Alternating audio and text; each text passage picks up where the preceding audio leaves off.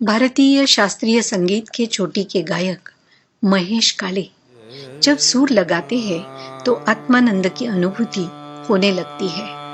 इसलिए उनकी पहली ही फिल्म के पार्श्व गायन के लिए उन्हें राष्ट्रीय पुरस्कार से सम्मानित किया गया। आपने सिर्फ 3 वर्ष की आयु में 5,000 से अधिक श्रोताओं के सामने अभंग गायन कर वाह वाह बटोरी।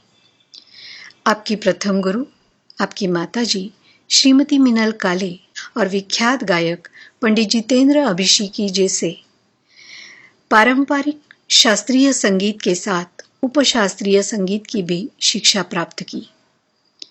पुणे यूनिवर्सिटी से इंजीनियरिंग की डिग्री और अमेरिका की सेंटा क्लारा यूनिवर्सिटी से एमएस की 2 अलग अलग डिग्रियां हासिल की।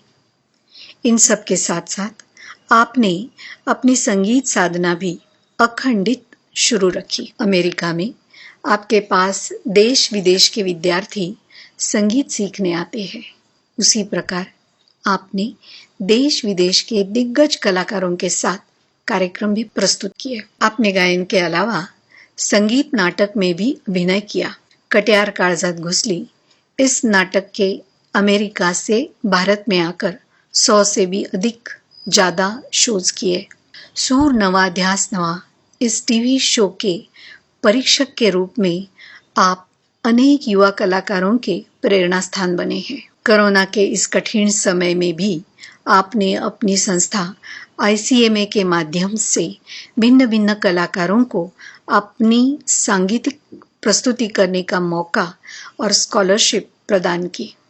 तो इस संगीत कार्यक्रम के माध्यम से आनंदोत्सव मनाने वाले और साथ ही कलाकार और श्रोताओं को भी उसमें शामिल कर लेने वाले महेश काले जी को हार्दिक शुभकामनाएं। नमस्ते। अपनी जादुई आवाज से और संगीत के माध्यम से सारे रसिकों के दिल पर छा जाने वाले महेश काले जी के साथ आज हम चर्चा करेंगे। तो महेश जी, आपका स्वागत भी है तो अभिनंदन भी है। धन्यवाद। आपको राष्ट्रीय पुरस्कार मिला, फिर सुर नवा ध्यास नवा, इसमें आपने जो जज की भूमिका निभाई उससे विशेष वो लोकप्रिय हुई। देश विदेश में आप जो बहुत एक से एक बढ़िया कार्यक्रम करते रहते हैं, प्रोग्राम्स करते रहते हैं, और आईसीएमए का जो अभी आपने जो प्रोजेक्ट किया, तो ये सारे जो प्रोग्राम्स हैं इंडिकेट करते हैं कि आपकी लोकप्रियता और उसकी ऊंचाई, बहुत ऊंचाई पर है लोकप्रियता, और विशेष यूथ के लिए तो आप आइडॉल है। तो ये जो आपका सारा जर्नी रहा, इसमें आपका मोटिवेशन क्या रहा? जैसे किसी कलाकार को प्रसिद्धि मोटिवेशन रहता है, किसी का होता है संगीत का प्रचार करना, किसी का होता है पैसा, किसी का होता है अपनी भावनाओं को पहुंचाना। तो आपकी प्रोसेस विशेष क्या रही? एक्चुअली ऐसे बताना थोड़ी दिक्कत वाली बात है। मेरा मोटिवेशन अगर आप सोचे तो मुझे संगीत उस आयु से मेरे साथ जुड़ा हुआ है जिस आयु में आपको मोटिवेशन इस शब्द का अर्थ भी मालूम नहीं होता है। तो पहली बात तो संगीत मेरे लिए एक वो जगह थी जहाँ पे मैं अगर खुश हूँ और जाऊंगा तो मेरी खुशी बढ़ती थी। मुझे पीड़ा है तो पीड़ा कम होती थी। किसी भी तरह का मेरी मानसिकता थी तो उसके परे जाके संगीत एक मेरे लिए खास जगह बनाता था जिसमें मैं खुद को बहुत महफूज व्यतीत करूं। और तो बस मेरी मोटिवेशन शायद यही था कि एक आत्मानंद या चिरंतन आनंद जो होता है, जो बहुत ही सात्विक ध्वनि रूप में आपको मिलता है, उस तरह का आनंद जिंदगी भर मिले तो उससे बड़ी बात नहीं है। तो शायद यही मोटिवेशन होगा। और हर दफे हर बारी आपने जैसे जिक्र किया, या वो महफिल का गाना हो जब हम व्यासपीठ पे बैठ के गाते हैं, या आईसीएमए जैसी नॉन प्रॉफिट से गाने की सेवा करने की कोशिश करते हैं, हर किसी आयाम में संगीत के साथ जुड़ना, उसके साथ कुछ भी काम करना मेरे लिए एक सेवा का काम है, भगवान तक पहुंचने का एक जरिया है। तो बस यही मोटिवेशन है। बहुत अच्छा। तो आपने मतलब गाते समय या प्रोग्राम्स करते समय, ये कार्य करते समय जो आपका खुशी मिलती है, आनंद मिलता है, वो भी सबको इस प्रकार से, आप आनंद की स्थिति में रहते तो सबको आनंद मिलता है। तो यही एक जाहिर सी बात है, आप एक बच्चा देखते हो, अगर वो हंस रहा होता है तो आपको भी अच्छा लगता है। अगर रो रहा होता है तो आपको लगता है अरे क्यों रो रहे हो, शांत हो जाओ। तो मुझे लगता है कि जो चीज आपको अंदर से हंसने को मजबूर करे वो हर किसी को करनी चाहिए। मेरे लिए संगीत है। और संगीत में इतनी ताकत है कि संगीत परमात्मा तक, ईश्वर तक हमें पहुंचा सकता है। तो जब आनंद और संगीत दोनों इकट्ठा हो जाते हैं तो कलाकार भी उस मकाम मुकाम पर पहुंचता है, तो साथ साथ सुनने वाले भी पहुंचते हैं। जरूर। एक हमारे किसी पूर्वजों ने कहा है कि स्वर और ईश्वर, ये दोनों एक ही दिव्यत्व के दो रूप है। संगीत ये जरिया भी है और ये ईश्वर भी है। आप संगीत के साथ हो तो साधना करते हुए भी आप उस कुछ दैवी चीज को महसूस करते हो, और वो जरिया भी है। जिस तरह से आप जाते हो तो अंत में एक आध बार कभी ऐसा होता है कि आपके आपके आकलन के, आपके काबिलियत के परे परे जाके कहीं किसी चीज को ऐसे शायद छू के आते हो, जहां लगता है कि ये अ, अपनी जिंदगी, अपना बनाया हुआ जो है उसके आगे जाके कुछ है। और मुझे लगता है उस आगे जाके कुछ है कि परिभाषा या उसका आनंद का प्रमाण करना बहुत मुश्किल बात है। और और एक ये भी चीज है कि ये करते हुए जितने लोग उसके उसमें सहभाग लेते हैं, जैसे आप अगर प्रोग्राम में हो और अगर आप गा रहे हो, तो वो एवलांच इफेक्ट कहते हैं जिसको, कि मैं भी हंस रहा हूँ, आप भी हंस रहे हैं, मैं भी गा रहा हूँ, आप भी मन में गा रहे हैं, मुझे भी आनंद महसूस हो रहा है, आपको भी हो रहा है। तो इससे ज्यादा अच्छी बात कौन सी है। बहुत अच्छा। इसी कड़ी को आगे लेते हुए हम थोड़ा सा देखेंगे आज के माहौल में, जहाँ सांस्कृतिक मूल्यों का ह्रास हो रहा है, सामाजिक सामंजस्य का भी अभाव है, धार्मिक मान्यताएं और रीति रिवाजों की गलत धारणाओं के कारण वातावरण में एक प्रकार की जो डलनेस आ गई है, या जो ह्रास अनुभव होता है। तो एक कलाकार समाज में शांति, प्रेम, खुशी, भाईचारा बनाए, और ये बनाए रखने में क्या योगदान दे सकता है। और उसी कड़ी को फिर आगे लेते हुए इस, हम ये कह सकते हैं, या एक नेक्स्ट सवाल ये भी आएगा कि इस योगदान के लिए कलाकार के वैल्यूज, दृष्टिकोण, मानसिकता, उसके कला के प्रति क्या होनी चाहिए। आ, पहला उत्तर मैं दूसरे आपके प्रश्न का देता हूँ। मानसिकता, ये जो कला हो या आप मनुष्य करके आपका जीवन व्यतीत कर रहे हो समाज में, मुझे लगता है मानसिकता एक ही है कि आप प्रामाणिक रहे, बहुत ऑनेस्ट रहे, आप इंस्पायर्ड स्पेस में रहे, और आप अपने आनंद को लोगों के आनंद के साथ अलाइन कर पाए। दिक्कत तब होती है कि आपका छीन करके बाद में मुझे अगर मिलेगा आनंद, तो वो आपने जो कहा डलनेस आता है या समाज में थोड़ा सा इम्बैलेंस आता है। लेकिन इसलिए भी मैं खुद को बहुत भाग्यवान महसूस करता हूँ कि मुझे जिसमें आनंद मिलता है वो बहुत अच्छी तरह से समाज के साथ अलाइन होता है। मैंने पहले ही जैसे कहा कि मैं गाता हूँ तो मुझे भी आनंद मिलता है, लोगों को भी आनंद मिलता है। और जो पहला आपने प्रश्न पूछा, अ, उसका भी उत्तर वही है कि जब एक तो हर जमाने में देखिए, राम युग में भी तो वहां दानव थे जिनका नाश करके उनको सत्य को आगे बढ़ाना पड़ा। तो उन्हीं के भक्त हैं हम। और आज तो जरूरत ज्यादा है क्योंकि इम्बैलेंस थोड़ा ज्यादा है, तो अच्छा करने की जरूरत भी ज्यादा है और उसी वजह से मोटिवेशन भी ज्यादा है। अ, हमेशा जब आप कहते हो कि आज ये चीज गलत है, वो चीज गलत है, तो कैसे करोगे? तो मुझे लगता है उसको एक अपॉर्चुनिटी की तरह देखना चाहिए कि अगर कुछ गलत चीज हो रही है, उसका मतलब ये है कि आप उसको सरल अगर करोगे तो और अच्छा ही समाज में आ सकती है।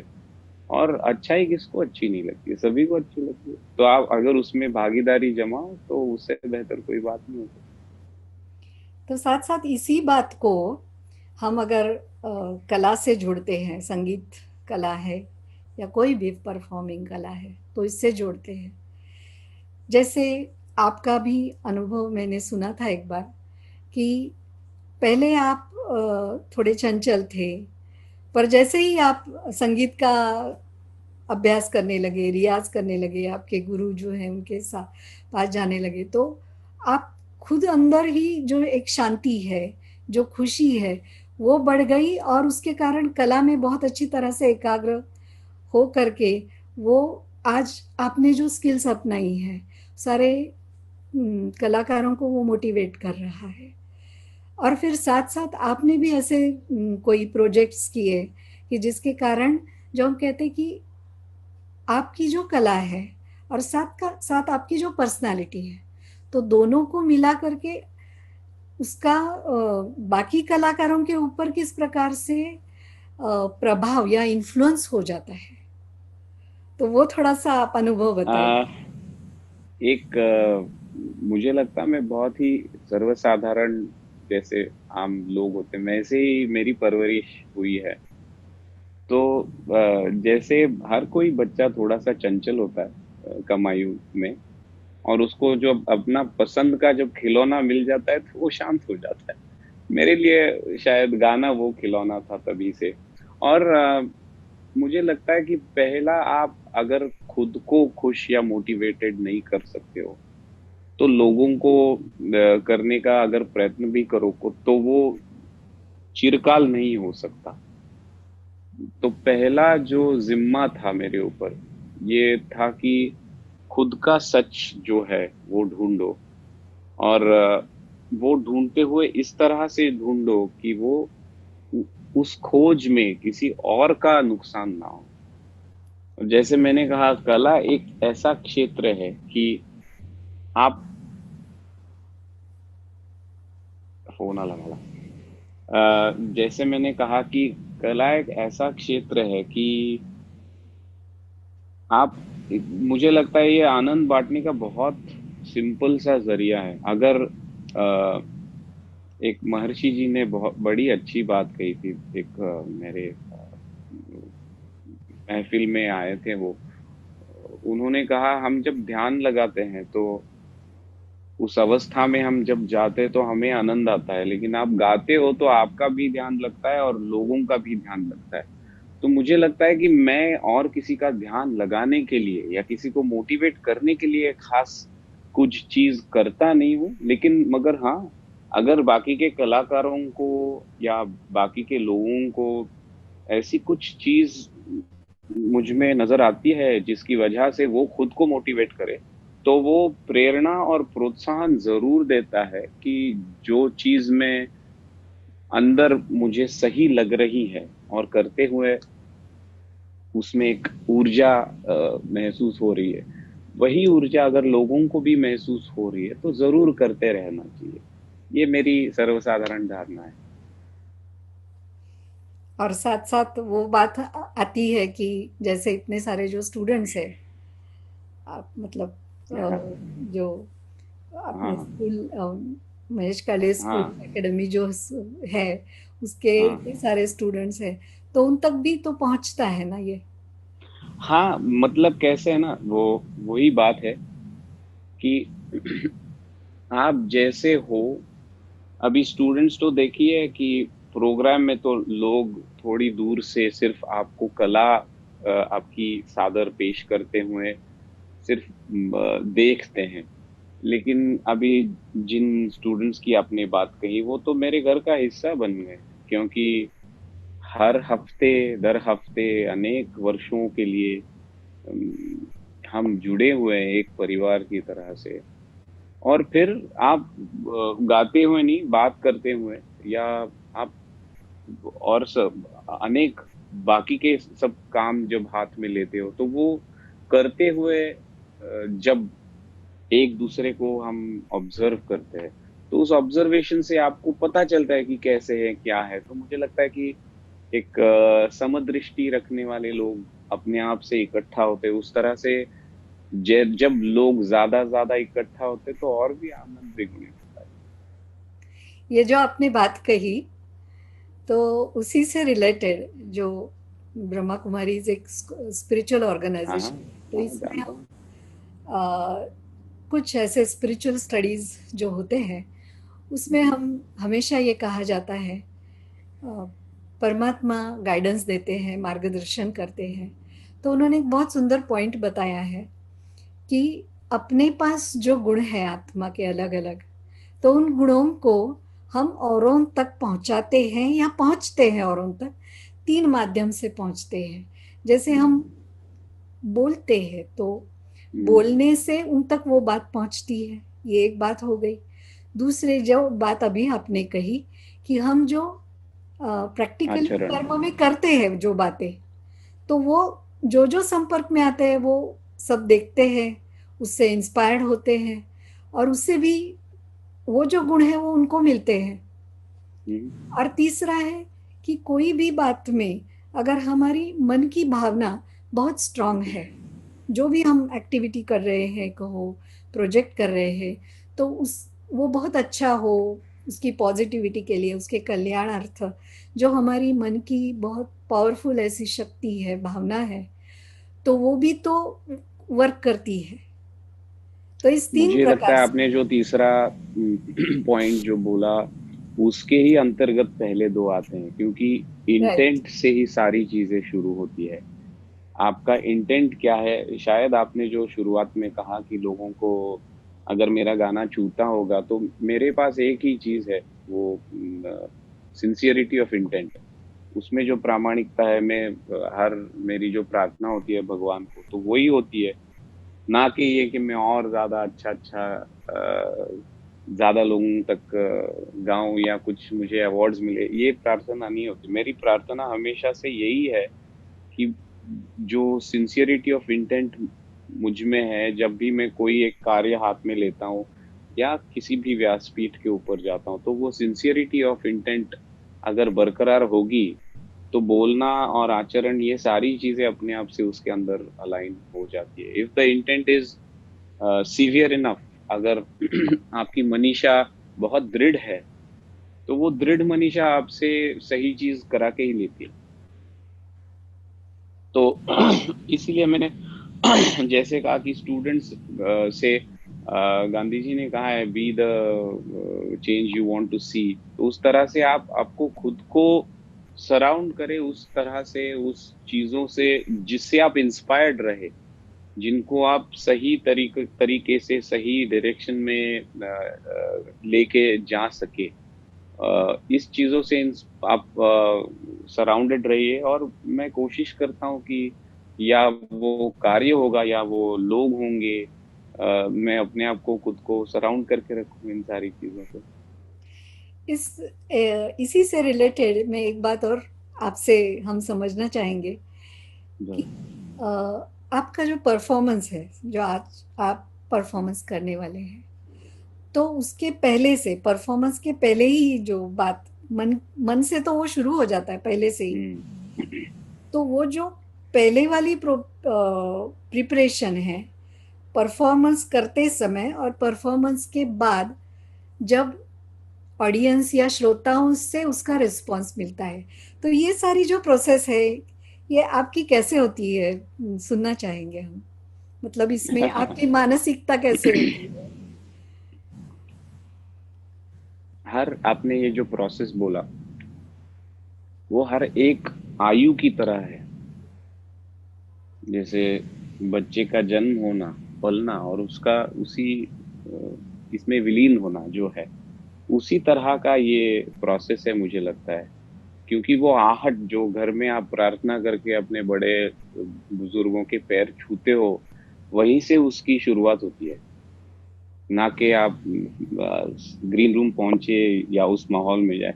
उस माहौल की जब आहट होती है, आप घर छोड़ते हो, तब तब से ही होती है। वो समझिए कि वो कॉन्सेप्ट का जन्म होता है उस मौके पे। और फिर जैसे उसकी मशागत की जाती है, उसको नहलाया खिलाया जाता है, वैसे ग्रीन रूम में बैठ के अपने सब साजिंदों के साथ, अकम्पनिस के साथ चर्चा होती है कि अभी किस तरह से इस बच्चे की परवरिश करनी है हमें। और बच्चा क्यों कह रहा हूँ, क्योंकि बच्चे की प्रति शायद अपनी माँ को सबसे ज्यादा प्यार होता है, जो मैंने अपनी माँ में देखा है। अपना सारा कुछ छोड़ के अपने से ऊपर अगर किसी को आप सोचोगे, तो वो प्यार आपको माँ से मिलता है। तो उस तरह से आप एक आयु पूरा जीते हो हर एक कॉन्सर्ट को। और फिर लोगों के सामने जब जाते हो, तो मुझे वो लगता है आप अनेक सारे आश्रम अवस्था होती है ना, बालावस्था से, तो वो होता है काम करने का एक। और फिर उसके बाद काम होता है, आप जब अपने श्रोताओं को एक नमस्कार करते हो, तो उनका मिला हुआ सारा प्यार, आनंद, आप नमो नमः की तरह उन्हीं को वापिस दे करके निकल जाते हो। तो ये जो प्रोसेस है पूरा, वो आप देखिए कि अगर हम ये समझे कि एक ही आत्मा अनेक सारे शरीरों के जरिए से एक परमानंद की तरफ पहुंचने की कोशिश करिए, तो मुझे लगता है हर एक गाने का मौका उसी तरह से। मेरे लिए तो हर कोई गाना एक त्योहार की तरह है, जिसको मैं बहुत मन से उसकी प्रतीक्षा करता हूँ। और वो त्योहार खत्म होता है, तो उस त्योहार मनाने का आनंद लेकर के घर में चला जाता हूँ, अगला त्योहार होने की प्रतीक्षा में। तो इसमें ऐसे लग रहा है आपने जो कहा उस अनुसार कि परफॉर्म करना या अम, श्रोताओं के, दर्शकों के सामने जो परफॉर्मेंस हो रहा है, तो उसमें अ, खुद एक बहुत अच्छे जो गुण है, आत्मा के जो गुण हैं, जो कहेंगे कि आनंद स्थिति है, खुशी की स्थिति है, एक श्रद्धा भाव है, एक जो समर्पण भाव है, उस स्थिति में स्थित हो करके वो एक्शन का हो या कर्म हो रहा है, और फिर वो उसके कारण जो अनुभव हो रहा है गुणों का, वो औरों को मिल रहा है। इसी को हम्म। हम कह सकते हैं कि औरों को दिया जा रहा है।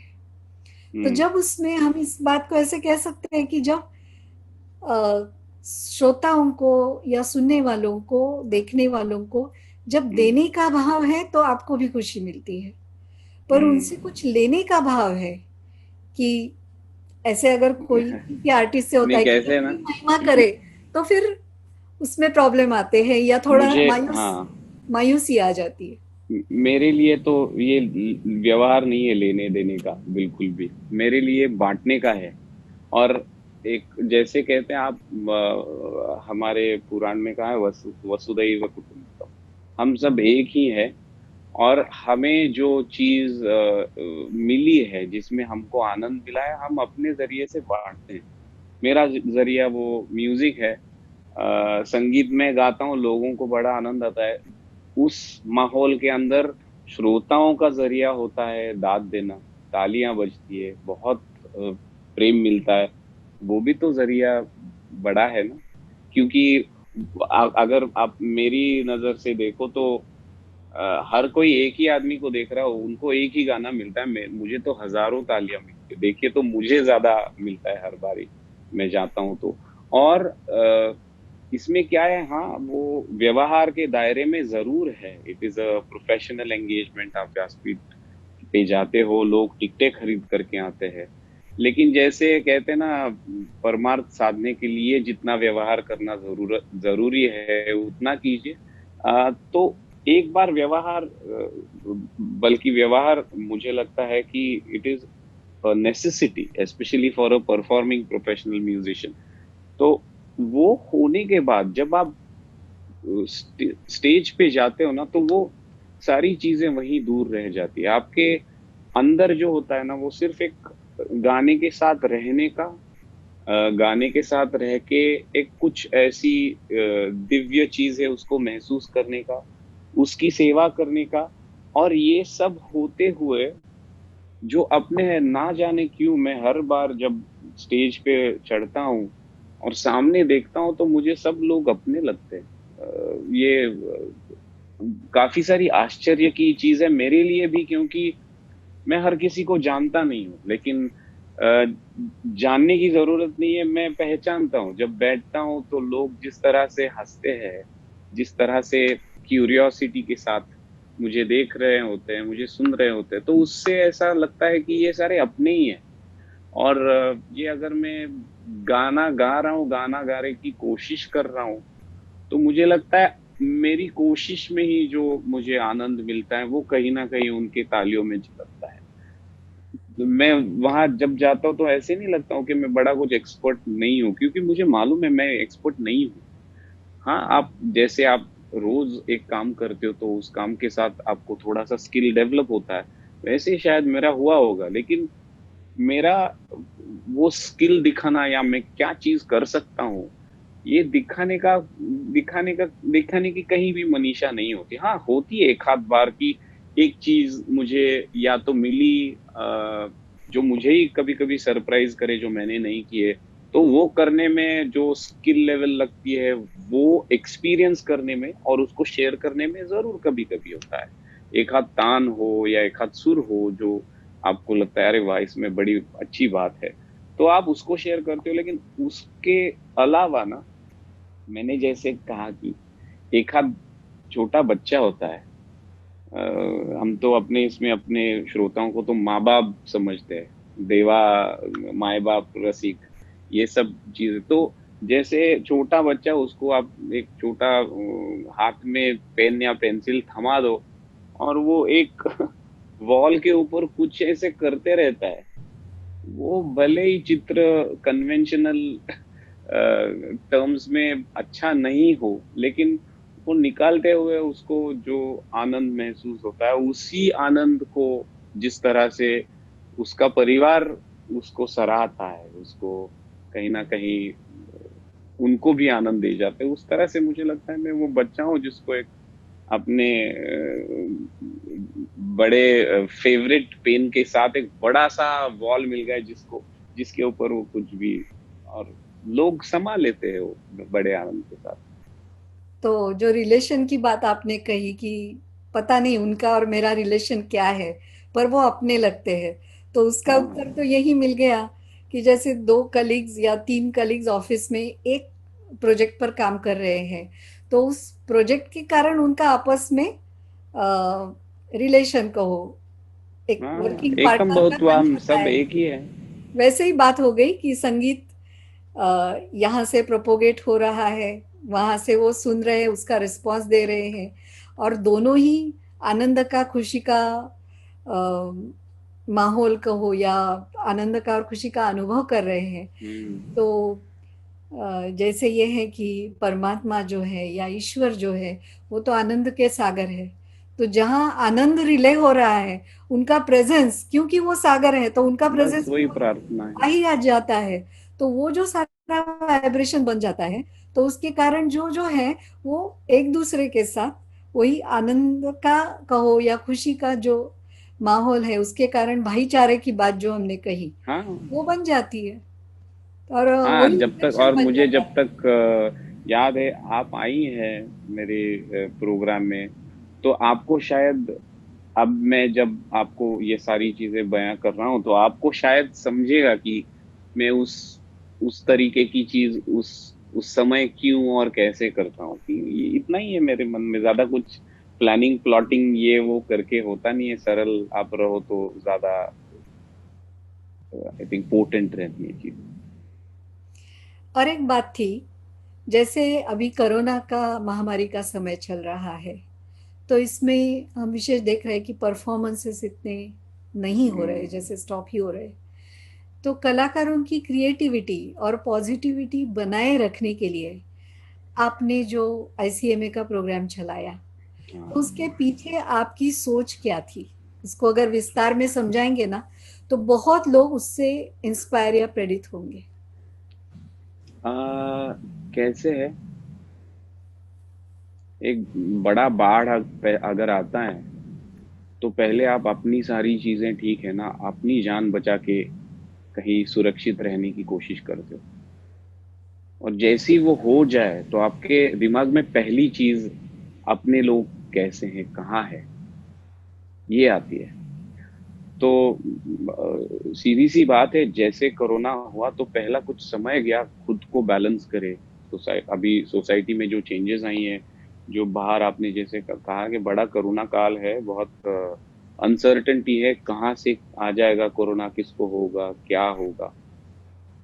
तो पहले 15-20 दिन इसमें चले गए कि वो ग्रोसरीज की, वो मास्क पहनो, आप ग्लव्स पहनो, हर कोई चीज बाहर से लाते हो उसको सैनिटाइज करके करो, ये सारी चीजें करने। लेकिन उसके बाद जब थोड़ा सा ये सेटल हो गया, तो जाहिर सी बात है, मैं गाने वाला हूँ तो मुझे अपने गाने वाले सब बंधु है, भगिनी है, उनके बारे में जरूर ख्याल आएगा ना कि अरे अभी चरितार्थ साधने का जो काम है वो सभी का ठहर गया।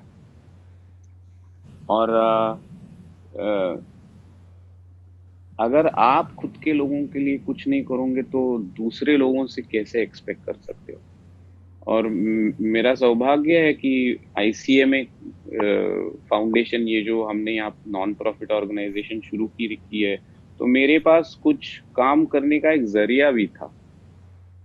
तो हमने सोचा कि क्यों ना इस कठिन परिस्थिति में हम एक अवार्ड्स शुरू करें। तो हमने आर्टिस्ट अप्रिसिएशन अवार्ड, देखिए कलाकार को दो चीजें मूलतः उनकी जरूरत होती है। एक तो चरितार्थ साधना, जैसे हर किसी को, क्योंकि गाना खा के तो पेट नहीं भरता है, जब भूख लगती है तो अन्न ही चाहिए। अन्न वस्त्र निवारा जैसे कहते हैं, वो सारे लोगों को चाहिए, वैसे कलाकार को चाहिए। लेकिन उसकी सहूलियत के बाद भी उनको और एक चाहिए, उनके कला को एक प्रदर्शन करने का या बांटने का जरिया चाहिए। तो हमने दो चीजों का इसमें समावेश किया था। एक आर्टिस्ट अप्रिसिएशन अवार्ड, जिसमें 25,000 रुपए की पूंजी, हमने 25 लोगों को पैन इंडिया, दिल्ली से चेन्नई और बंगाल से राजस्थान, सारी जगहों से लोगों, कुछ चुने, कुछ ऑनलाइन एप्लीकेशन के जरिए से आए, और उनको हमने सारे लोगों के साथ ये अवार्ड्स बांटे। और दूसरी जो चीज थी कि अभी इस कठिन परिस्थिति में अपने खुद के श्रोताओं तक पहुंचना भी बहुत मुश्किल है। हाँ, काफी सारे लोग सोशल मीडिया पे हैं, लेकिन ऐसे काफी सारे हैं जो नहीं। और फिर आप आपके घर से आके उन्हीं लोगों के सामने कितना गाएंगे बजाएंगे, है ना। आप आम भी रोज खाओ तो 3 महीने के बाद जो पहले दिन खाया था उतना आनंद नहीं दे पाता है। तो मुझे लगा क्यों ना ये अपना आम ऐसे लोगों को खिलाया जाए जिन्होंने शायद वो नहीं खाया हो। इसलिए आईसीएमए का हमने यहाँ पिछले 8-10 सालों से काम चल रहा है, कॉन्सर्ट्स करते हैं, अपने कल्चर को रिप्रेजेंट करने की कोशिश करते हैं परफॉर्मिंग आर्ट्स के जरिए से। तो ऐसे काफी सारा ऑडियंस है वेस्टर्न वर्ल्ड में, जिन्होंने काफी, मुझे लगता है 99% लोगों को पहली बार सुना, तो ये एक डिस्कवरी का आनंद श्रोताओं को मिलता है। ये एक नए श्रोताओं को मिलने का आनंद कलाकार को मिलता है, और आईसीएमए को इसका एक माध्यम बनने का सुवर्ण योग मिलता है। तो मुझे लगता है ये इससे अच्छी बात क्या हो सकती है, और अभी करनी ज्यादा जरूरी है, क्योंकि अभी सहूलियत के साथ कहीं ना कहीं आनंद भी छोटा होता जा रहा है, और वो मुझे लगता है कि बहुत विकट परिस्थिति का एक द्योतक होता है, क्योंकि किसी भी चीज में आप देखिए, बचपन में I grow up as a very middle class family member. चीजें कभी कभी कम होती थी, लेकिन उसकी वजह से आनंद कभी कम हुआ नहीं। वो बांटते थे जिनके साथ थे, उसमें इतना आनंद आता था। तो फिलोसफी वही है, जो अपने पास है उसको बांट करके कहीं ना कहीं आप जब ये सारी चीजें बांटते हो तो आनंद बढ़ता जाता है। तो इससे अच्छी बात नहीं है मेरे मेरे लिए। तो हमने 25 लोगों को अवार्ड्स दिए, उनके परफॉर्मेंसेस ऑनलाइन हर शनिचर को 1 घंटे के लिए दो दो लोगों के हुए। ऐसे 4 महीने का ये कार्यक्रम तय हुआ, और उससे इतना आनंद हमको मिला, सारे लोगों को मिला, कि हमने सोचा है कि अभी एक सीजन 2 करके और 25 अवार्ड्स दिए जाएं, और महफिल सजाई जाए, और आनंद बांटा जाए। बहुत अच्छा, बहुत अच्छा। इसमें आपने जैसे अभी उल्लेख किया था अमेरिका में या फॉरेन कंट्रीज के जो है उन्होंने भी देखा, तो ये बात भी है कि अपना जो हिंदुस्तानी शास्त्रीय संगीत है, तो उसका आपने वहाँ जाकर जो संगीत का परफॉर्मेंसेस किए संगीत के, तो सिर्फ संगीत का प्रचार नहीं, लेकिन साथ साथ अपनी जो संस्कृति है इसका भी प्रसार विदेश में प्रसार और प्रचार पहुंचा। तो इसके बारे में आपके क्या विचार हैं? देखिए, अगर आपको संस्कृति का प्रचार करना चाहिए, तो उसके अंदर जो बहुत कम चीजें हैं, आप थोड़ी पूजा पाठ करोगे जाके और देख के, और लोग देखेंगे। उन पूजा पाठ के पीछे जो चलता है, वो अगर आप लोगों के साथ शेयर करो कि क्यों कर रहे हैं हम ऐसी सारी चीजें। तो इसलिए योगा हो गया, योगासन में आपको वो एक, जैसे कहते हैं ना, कहते हैं music is a universal language. वो इसलिए कहते हैं ना कि हर म्यूजिक का ग्रामर सेम होता है, लेकिन इसलिए क्योंकि हंसी तो हंसी है। आप उर्दू में हंसो या स्वाहिली में हंसो, हंसी तो हंसी है। इसलिए अगर संगीत, खास करके शास्त्रीय संगीत, वो कहीं आध्यात्म और कहीं एक लेट्स से बिगर कॉज के लिए शुरू हुआ था। हाँ, उसको मनोरंजन की भी वैल्यू है, इसलिए अभी प्रोग्राम बड़े होते हैं, लेकिन that is just the tip of the iceberg. तो ये सारी चीजें, अब देखिए, छोटे बच्चों को अगर आप दवाई भी देनी है, तो उसको शुगर कोटेड दवाई होती है तो वो खा लेते हैं। वैसे ही मुझे लगता है संगीत जो है वो बहुत एक्सेसिबल तरीका है। ध्यान कैसे करते हैं, कैसे होता है, ये बांटने का। और मुझे लगता है संस्कृति को अगर आपको बांटना है, तो कला से बड़ा माध्यम नहीं है, बड़ा सरल है।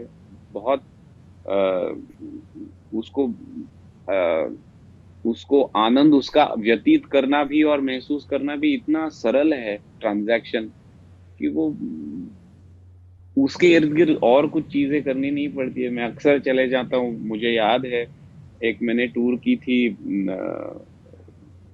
Jackson Hole, Wyoming, Portland, Idaho, Montana. यहाँ पे हिंदुस्तानी लोग बड़े कम हैं, तादाद है ही नहीं। मैंने जितने कॉन्सर्ट्स किए, 11-12 कॉन्सर्ट्स, उसमें उसमें ज्यादा करके 3-4 इंडियंस आए होंगे। लेकिन उसमें जो यहाँ के लोग आते हैं उनको काफी बारी इंडियन म्यूजिक पता भी नहीं था।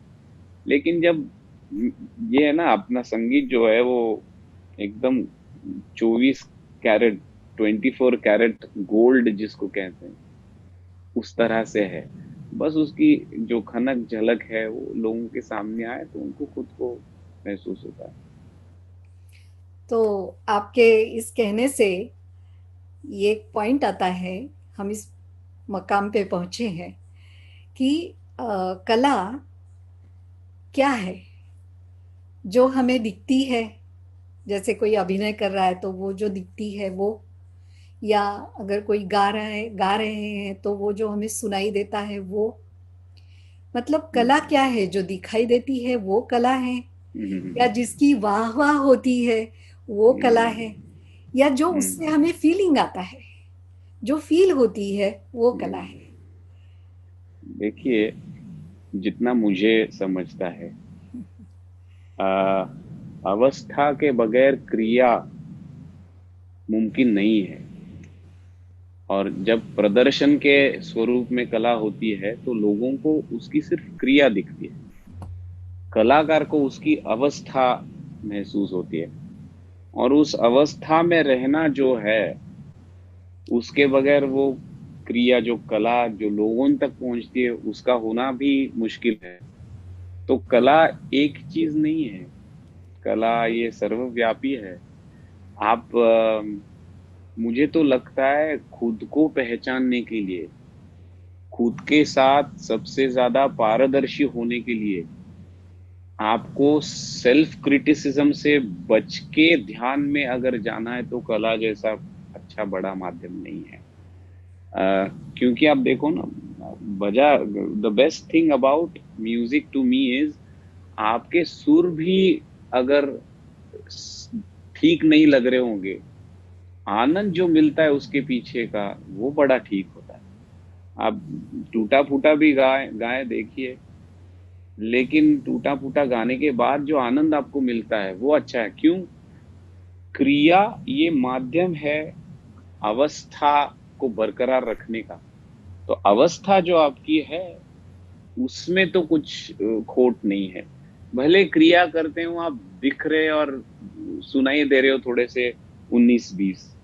तो मुझे लगता है कि कला, और अभी मैं जैसे गाता हूँ या पढ़ाता हूँ, सिखाता हूँ या खुद साधना करता हूँ, हर इसमें जो एक्सपीरियंसेस होते हैं, लोग आते हैं। मैं देखिए, मैं तो सिर्फ गा रहा हूँ आता हूँ ना, मुझे किसी को हील करना है या मुझे किसी को उनके दुख दर्द पे कुछ सोल्यूशन देना है, ये तो बिल्कुल मेरे दिमाग में नहीं होता। मेरे दिमाग में है कि हाँ, मैं प्रामाणिकता से अगर गाऊंगा तो उसका कुछ ना कुछ अच्छा ही असर होगा। लेकिन इतनी सारी चीजें हो रही है, तो इसका मतलब गाने के नॉन म्यूजिकल एडवांटेज भी बड़े सारे हैं। यही तो बात मुझे लगता है हर किसी ने गाना, जैसे कि योगासन करने वाला हर मनुष्य कोई योगी नहीं होता है, है। लेकिन योगा उनके और ध्यान, जब योगा कहते तो ध्यान धारणा जो आप हम करते हैं, वो हर कोई आदमी साधु या कोई योगी बनने की उसकी ख्वाहिश मनीषा नहीं होती है। उसी तरह से हर किसी को गाना गाना चाहिए, सीखना चाहिए। ना कि मैं कितना अच्छा गा सकता हूँ, गा सकती हूँ, या मुझे गाना आएगा नहीं आएगा। इसके आगे जाके मुझे लगता है गाना आए ना आए, सुना ही अच्छा। उसके पीछे का अगर आनंद आपको महसूस हो तो हर किसी को गाना चाहिए। और मैंने जितने लोग देखे उनको किसी ना किसी तरीके का गाना, या वो शास्त्रीय हो या ललित हो या वेस्टर्न हो, किसी ना किसी तरीके का गाना उनको एक छूता है। और एक खुद को खुद के साथ पीस करके, अपनी कठिनाइयां हो, अपना कॉलिंग हो, अपना रास्ता हो, वो सभी चीजें एक पारदर्शी स्वरूप के साथ दिखाने में मदद करते बहुत अच्छा। आपने जैसे अभी हमने इतने अलग अलग एंगल्स पे, दृष्टिकोण पे चर्चा की, तो अभी लास्ट में आप दर्शकों को, जो आर्टिस्ट है, उन उनको क्या आप उनके साथ क्या शेयर करना चाहेंगे? देखिए, मैं ऐसा कुछ जानता नहीं हूँ कि बहुत कुछ लोगों के साथ शेयर कर पाऊँ, लेकिन मुझे लगता है कि हर इंसान के अंदर एक इंटरनल कंपस कहिए, जिसको हम भगवान कहते हैं, वो बसा हुआ है। अ, तो खुद को अपनी हिंड्रेंस ना बनाए, उस भगवान की कही हुई चीज सुन ना पाए। तो जितनी अच्छाई आप में है, उसके साथ आप वक्त व्यतीत करो और सबके साथ बांटो। जो आपको चीज आनंद देती है, वो सभी को देगी। और अभी तो दौर ऐसा चल रहा है कि अ, हाँ, कष्ट तो सभी को है, लेकिन इतने अलग अलग लेवल के कष्ट हैं कि आपको अगर लग रहा है कि आपको बाहर घूमना नहीं हो रहा है, तो ऐसे कई कई सारे लोग हैं जिनके पास कच्चे घर हैं, लेकिन ऐसे भी है जिनके पास घर नहीं है। फिर ऐसे भी है जिनके पास घर नहीं है लेकिन वो ठीक ठाक है। फिर ऐसे भी है जिनके पास घर नहीं है और ठीक ठाक नहीं भी है, और उनमें से वो भी है, वो जीवित है, क्योंकि कहीं नहीं तो there is a lot to be thankful about. वो अभी का समय ऐसा है कि क्या नहीं है पे शायद ज्यादा फोकस करने की एक नेचुरल इंक्लिनेशन होगा। तो मुझे लगता है कि जब हम आनंदी होने की कोशिश करते हैं, तो क्या नहीं है उस पे फोकस करने की बजाय क्या है इस पे फोकस करते हैं। तो क्यों ना हम सब मिलके हमारे पास क्या है अच्छाई, उस पे फोकस करें, और बाद में जब ये कोरोना काल खत्म होता है, तो सबके साथ क्या है वो मिल बात के, मुझे लगता है वो द्विगुणित हो जाएगा आनंद। बहुत अच्छा, बहुत खुशी हुई हमने आपसे आपके साथ बात की। हमें भी आनंद मिला, खुशी हुई, तो साथ साथ सुनने वालों को, देखने वालों को भी ऐसे ही आनंद हुआ, मिला होगा, खुशी मिली ही होगी। तो आज हम यही समाप्त करते हैं आज का हमारा चर्चा का सत्र। अनेक और धन्यवाद। ब्रह्म थैंक यू। कुमारी के सारे बंधु भगिनी को मेरा सादर प्रणाम।